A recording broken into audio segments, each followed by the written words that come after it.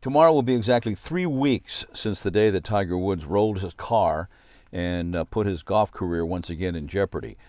We haven't heard much from Tiger at all, just statements. He hasn't made any kind of statement on camera at all and probably won't. We don't even know, at least I haven't heard, if he's still hospitalized at Cedars, still undergoing treatment. We don't know. His website makes no mention of where he is or what the progress is. And we're being told by the Sheriff's Department that there is a thorough investigation and that we will be told when that investigation is over. Will we? Well, a dear friend, Jim Amormino, who worked for the LAPD for years and years, went over to the Orange County Sheriff's Department as their press information officer, is a veteran, seasoned investigator. He knows what he's talking about. He lives in the area where the accident happened. He's a dear friend. And we got together and we were talking and we said, well, what do you think, Jim? And so he did some digging and we got together, talked about what could have happened, what the investigation hopefully will reveal, where it's going from here. And we even took a drive down the route that Tiger did that morning. Now, you've driven this road, what? How many times? Well, I've lived here 40 years, Dave, and so literally thousands of times. So Tiger is going this way. It's 7:15 in the morning. All right. I mean, you just tell me where did he hit the sign? Well, we have a little ways to go down here. I think the area they gave you was between Black Horse Drive and Palos Verdes Drive north. All right. So this is the road he's coming down. Now I'm going 45 and I have my foot on the brake. Well, if you live in Palos Verdes, you replace brakes more often than anyone else because... Sort of like San Francisco. Yes, on top of the All right, now we're passing Black Horse. Passing Black Horse now, so it's a little ways down here. Speed limit's 45. LA County Sheriff's deputies are usually down there because people do speed. As you can see, most people are braking now. Yeah, as I am too. I'm going 42 miles an hour and I haven't hit my gas yet. A car does not go faster than the driver wants it to go.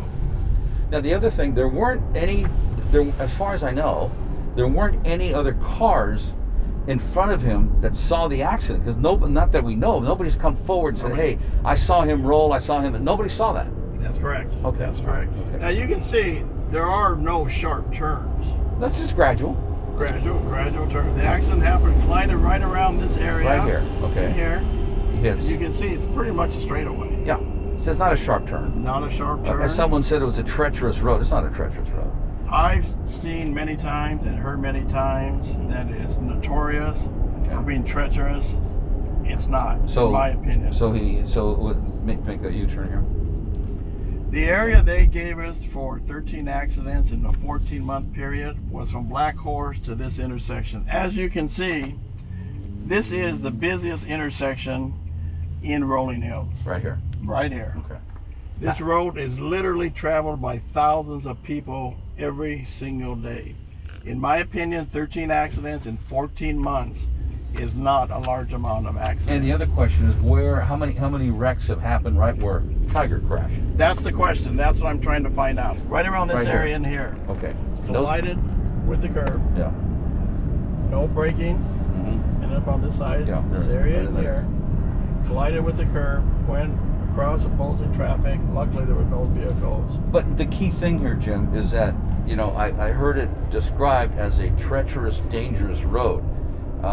There's nothing treacherous or dangerous. The only thing, it's a downhill, slight turn, but nothing dramatic. And again, now granted, I'm watching my speed, and I never touched the gas. It was brake all the way. No, I agree. In my opinion, it's not a dangerous road. The reason I think the media jumped on that part was Sheriff's Department released that from this point we're at here, again, the busiest intersection in the city, to Black Horse Drive, that 13 accidents happened in 14 months. The question is, exactly where did the accidents happen? Did they happen in that same spot that Tiger Woods crashed, or did they happen near a busy intersection? Let me ask you a simple question. If this had happened in LAPD jurisdiction, what would have been different about the investigation?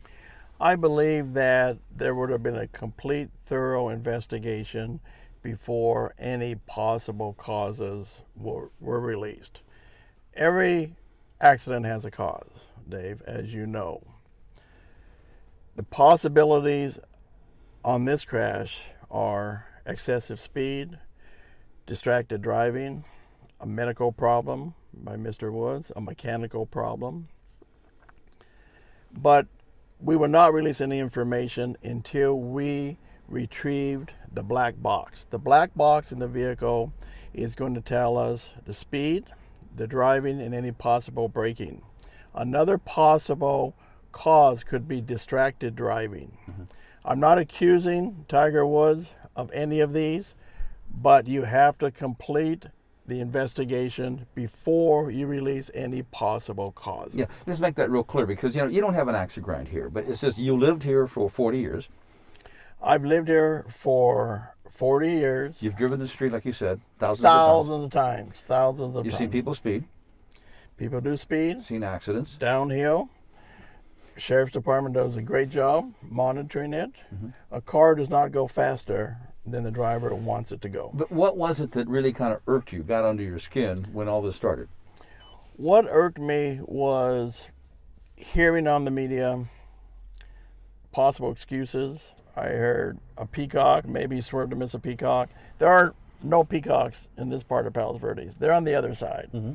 Maybe extremely rare, but generally not. But usually if something runs out, some automatic reaction is to hit the brakes. Mm-hmm. So I doubt if it was a peacock. I'll guarantee you it wasn't a deer that I heard in the media. It bothered me to keep hearing how dangerous the road is when we weren't told where all the accidents were. We were told 13 accidents. One would believe by what was coming out that 13 accidents happened in that spot. I don't know how many happened there. Well, I don't know if there were any. Hearing on the media, there was no evidence of reckless driving. We don't know that. We don't know that. Hearing on the media how dangerous the road is. The road, in my opinion, is not dangerous. I think we owe it to everybody and to Tiger himself that a complete, thorough investigation be conducted. Wouldn't it be to Tiger's advantage, you think, or maybe I'm being too naive, to say, look, take my blood. Here's the black box. I would, because there's a lot of rumors going around about what could have happened. And again, I'm not accusing him of driving, but if you take a blood test, there was nothing in his blood test. It's cleared. Mm-hmm. Fans don't have to be wondering things. I sincerely wish Tiger a speedy full recovery so I can enjoy him playing golf. I was going 40-45 with the brake on. Is there any way, going at that speed, Tiger could have done the same thing that happened? It would be hard to imagine, but again, I want to see the results of the black box. That will tell us exactly how fast he was going, or a mechanical problem, or distracted driving, mm-hmm. or a medical problem by Mr. Woods. Will it tell us if he was on the phone? It could. It could tell us if he was distracted. It's pretty hard to collide with the curb on the driver's side. So you have to look at distracted driving. You have to look at any medical things, mechanical things, mm-hmm. excessive speed. You might have fallen asleep. That's another possibility. It's speculation because it's unusual. There are no brakes.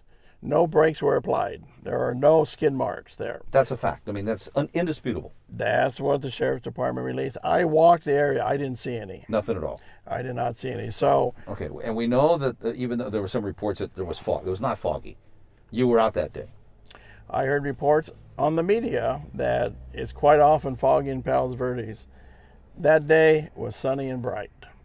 I heard from the media that Palos Verdes does not have any streetlights. They don't. But at 7 o'clock in the morning, you don't need them. Okay. He's also said, in fact, the reports are that he said twice, I don't remember. He didn't say he blacked out. He just says, I don't remember. That bothered you? It bothered me that no blood test was taken. If somebody doesn't remember driving, doesn't know what happened. Yeah, but the deputy said he seemed alert, and he was okay, and he didn't see anything wrong. Well, I would have to question it because the deputy was probably not a drug recognition expert. In a case like that, as soon as they heard those statements, I don't remember driving, I do not know what happened, a drug recognition expert should have been sent to the hospital and spoke to him if he could have. and see if he can observe any objective symptom. It's hard to observe objective symptoms when somebody's being cut out of a car and placed on a stretcher to be transported. Just simply answering your name is not deep enough. I would have got a search warrant for a blood test just from those two statements. I don't remember driving. I don't know what happened. Is the sheriff going to have access to those blood results? I hope he does, because it does an injustice to Tiger Woods by not doing that. Because you see in the media, you hear it, because of his past driving record, that he's had some problems. That doesn't pertain to this accident. A blood test can also clear him of those allegations. Why didn't the sheriff come out and say that? This is what I want to do. I don't know. I think any accident, I think it's too early to release any information as a possible cause until that black box is looked into for a possible cause. The other thing, and again, it's just the facts of life. If it had been John Q, Joe Blow, and the same kind of accident, would they receive the same kind of treatment? I don't think so. I think if it was you or I, a blood test would have been taken, a warrant would have been obtained, and yes, and that's just standard operating procedure. Because the sheriff came out and said, basically, almost instantly, well, a couple hours after the accident, and then again the next morning, he said, this is just a terrible accident. Our investigation has shown blah, blah, blah, blah, blah. And what you're questioning is, wait a minute, Sheriff, how could you get all this information you need in such a short period of time? How can you get all this information without looking at the black box, without taking the blood test, without checking the speed, braking, steering, possible distraction while he was driving? Did he fall asleep? Don't have enough information. If it is a dangerous road, why would it take an accident by a celebrity to investigate that?